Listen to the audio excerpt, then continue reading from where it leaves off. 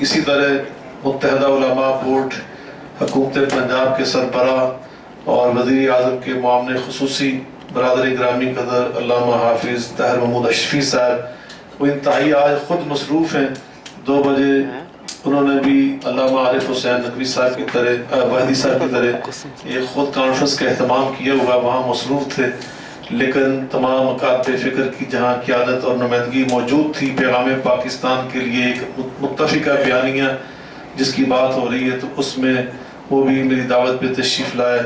میں ان کا شکر گزار ہوں، چونکہ وہ خود وہاں منتظم ہیں، میزبان ہیں، وہاں مصروف ہیں، تو وہ چند اپنے فوراً خیالات کے اظہار فرمائیں گے، اور میں انہیں سے درخواست کرتا ہوں کہ وہ اپنے پاکیزہ خیالات کے اظہار فرمائیں۔ بسم اللہ الرحمن الرحیم، الحمدللہ رب العالمین، والصلاة والسلام علی خاتم المرسلین وعلی آلہ واصحابہ وازواجہ وذریاتہ وبناتہ واہل بیتہ اجمعین۔